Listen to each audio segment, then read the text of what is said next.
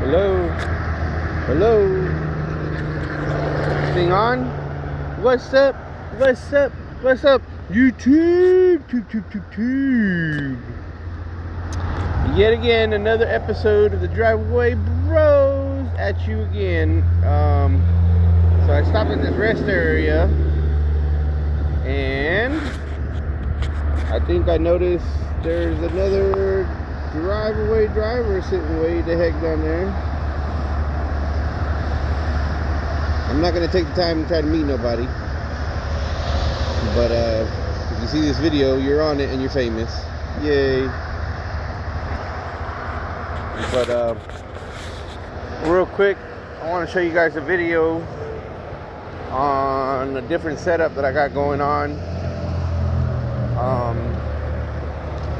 Maybe give you guys, some of you fabricators out there, an idea of how to do it or whatnot. But basically, this is what I got going on right here. See that? It's called a sandwich plate, pancake plate. It's got bolts, bolt holes. And now, not every box set setup is this way. I just happened to got lucky to have one that had a bar that came across. But sometimes you get lucky, sometimes you don't. Sometimes this bar is really big and it's in like rectangular, square. Sometimes they're round and you can't do this at all. And other times you have to have the whole lift gate up in the air. I mean, not up in the air, but in the stowed position all the way up. And you would have to find a way to pinch plate from the frame way back there and have long enough drops that'll come all the way out here to be able to connect to your tow vehicle. But if you did that, now you're going to have an immense amount of torque getting put on your pinch plate that's on the frame. Every time you brake, getting pushed that direction, which makes everything go downward, and you can snap something, the bars can break. So, I've seen other people, what they'll do is they'll wrap chains around it and then put them up against, if they have like strong, sturdy connection points, like here, or when it's stowed up around these, and then they'll tighten the chain down, and that'll keep from, it's not going to keep it from wiggling. It's definitely going to wiggle some, but it'll keep it from, when you brake, if you have to hard brake, emergency brake, or whatnot, it will make it, it'll keep it from putting too much downward and forward torque pressure, and keep your system from breaking and failing. So, but with this particular one, what I did is I used a sandwich plate.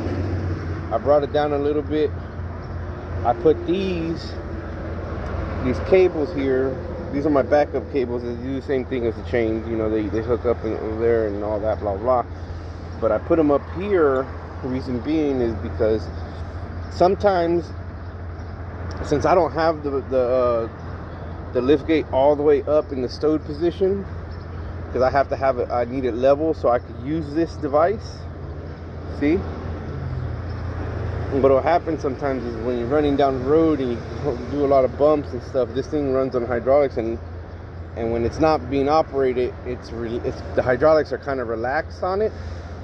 So as the bumps go and you drive down the road, the whole system, if it's not up in the stowed position, sometimes it'll sag down a little bit, just a very little bit at a time, every bump, and then eventually it'll be too low, and your chains and your system could be dragging on the ground and you not know it. So what I did was I put these cables here, one here and one here. That way, if that did start to happen, those cables would hold the weight of the lift gate. It's not, it's all on hydraulics. It's not going to be that heavy. As long as there's something holding it up, it's not going to sag down. And that allows for, for the way I got the system going, the whole setup, to to be able to be level and work properly the way it should. So other thing that I did was, so these are grade 8 bolts that go into this. Right, lots of washers, need lots of those, you know, because you never know how thick a bar can be. It's gonna be real thick, real thin. Definitely get different sizes. Grade 8 bolts. These are, I believe, half inch diameter by 5 inches long. I also have 6 inches long. You can get from 6 to like 10, a variety of, you know, you come across different stuff. But just I want you guys to see something here. Is I got this pin here, and this pin here is holding my stinger, right? But just in case this fails, I don't know if you guys, if anybody out there does this. I like to be a little overly cautious sometimes, so I'll put that there, and I know nothing would mess with this, and it ain't gonna come out. But if I have an extra hole back here, what I'll do is I'll put like a bolt or another pin, if I have an extra one of these, and I'll put it through the back one. So in case this one for any reason pops out, the pin pops out and it fails, and this starts to slide out, that pin in the back is my backup. And I did the same thing with this top one. See, now with this top one, because there's no hole there for this setup, there is, but it's like in this spot for some reason, because this setup wasn't really meant, I mean, it is meant for this, but it doesn't go with this bar. I'm not saying you can't use it with this bar. This bar usually goes to the Alcart. You know, I have the Alcart pinch plate back there, but I wanted to use this system. And what I did was, because I didn't have a hole to go through, but I did have one hole that was on the front end, and I had a second pin.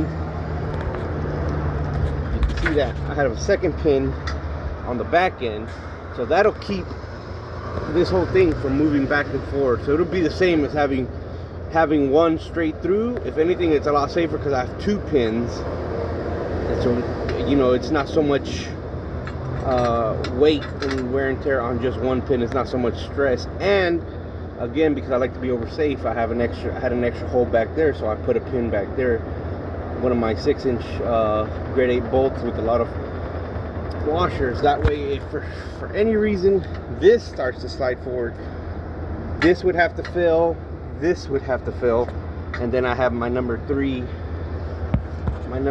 backup pin right there. So if it starts sliding, it'll stop it, you know. Then I got my chains, obviously. So it might seem like a little bit of overkill. It takes an extra 10 minutes or whatever to get it all together, but you know, what's an extra 10 minutes of making sure you're good to go if you have the time and you have the amount of pins, the resources or whatever, to be able to be a little extra safe. You see what I'm saying? So that's the same deal with these, you know. You can be a little extra safe, especially with the load that you're not really, with box trucks. This can be really iffy, you know. Well, not really iffy, but it's a little different than driving a tractor, you know, just a bobtail tractor, because with a box truck this long, it's kind of like a bus. You know, when you turn, the vehicle and the tow bar and everything doesn't automatically turn with you. What will happen is this back end, this whole back end right here, will start pushing that way, and your tow vehicle will go this way, and then it'll start turning. So it gets pulled to the left, and then it gets pulled to the right. Anytime you turn in either direction, if you take a left, it's going to get pulled to the right, and then start following the vehicle. So, you know, that extra movement causes for your system to wiggle. So you always want to make sure that you're bolted down really good and everything. You've got, you know, the right amount of bolts, the right bolts for the job, you know, for those extra little, it might not seem like a lot, but there's nothing wrong, like I said, there's nothing wrong with being cautious and making sure that your system is right and everything. The other thing I wanted to share with you guys is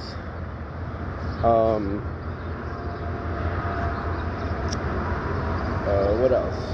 I had something else. Can't remember right now off the top of my head, but I wanted to keep the video short and sweet. So, but yeah, you know, just letting you see what I got going on here. I really need a good nickname for Little Red here. I hope you like my tape work and everything, but yeah, I just want to show you guys, you know, just an idea here. Like I said, if I didn't have this, I would have to have the whole lift gate all the way up in the stowed position, and I would have to pinch plate with one of those Alcart pinch plates, and hook up to the back of the frame, and then have long enough drops to come all the way out, which I do, but I don't have them with me. The drops anyways, I have those at home, so I need to start carrying those with me now so I can do more box trucks. But I will say though, if you have the U-bolt system, the U-bolt system will not work for this, because there's no way you could get your U-bolt and your thing and your crossbar to U-bolt anywhere under the box truck. You'd have to get around it. You know, that U-bolt system goes around the entire frame. It doesn't pinch, so that'd be something you couldn't use. I know there's a bunch of guys, there's some guys out there that have special box trucks, you know, implements. There's one that doesn't look like this, but it's like it's in a diamond shape, and it has a receiver, you know. So that one's pretty popular. My brother has one, and I'm gonna see if the welding shop down the street can't make me one where we live. But yeah, I just want to keep this video short and sweet and everything. Definitely got to upgrade my tow bar. I don't like this tow bar. It does the job. It you know, it's strong, it's sturdy, but my problem with these tow bars is because of this big old plate right here, I can't use my pintle adapter. It won't go over it, and I can't bolt to it to get the pintle to work or anything like that. It just doesn't work. So just so you guys know, if you're looking to use a pintle adapter and you're thinking about what tow bar to use, make sure that you have a tow bar that allows your pintle adapter to be able to get connected to it. Otherwise, you're going to waste your money and you're going to miss out on loads that have easy hookups. The easiest hookups are pintle hooks. Everybody knows this. The easiest ones, because all it is just your tow bar and your pintle adapter, and that's it. And then your chains, and that's it. You know, your lights, obviously, but you know, you don't have to go and doing all this stuff right here. If this thing had a pintle down there, and I had my pintle adapter and the right tow bar to marry on with to that pintle adapter, it would be a less than 10-minute hookup. Just pintle adapter, put this on, put neutral, you know, everything you got to do to prep your vehicle and everything, hook it up and all that, and get going, get down the road. So, but yeah, I know I haven't done a lot of videos, but you know, I just thought this one would be very interesting for you guys to see today. And I am trying to get that breakdown boom bar on the road. Hopefully in the future. You know, it's just a working process. It's one of those things, you gotta make money. You know, it's not like it's a quick thing. I got bills to pay like everybody else, so I have to kind of save my money and put it aside and make sure that I get all the things that I need with it. That boom bar by itself doesn't.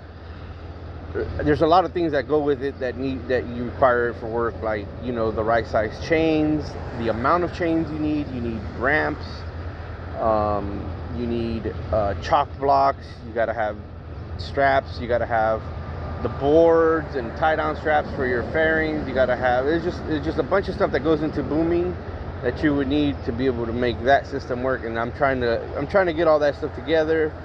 I also want to modify it so I can make it shorter. A couple of guys out on Facebook have given me ideas and if this and you know, give me tips on it. Hopefully I can get them done and we can get that system on the road and everything. And not only that, but I also got to find a good tow vehicle to go, because this little car ain't gonna work. So I gotta find the right tow vehicle to go with that. You know, but I'll talk about that in a different video and everything. I'll explain more in detail. But yeah, I'm gonna get back here on the road. I just stopped here, you know, I want to check my equipment and everything, make sure everything is good and holding up the way it should. So with that being said, we'll catch you guys on the next one. See ya.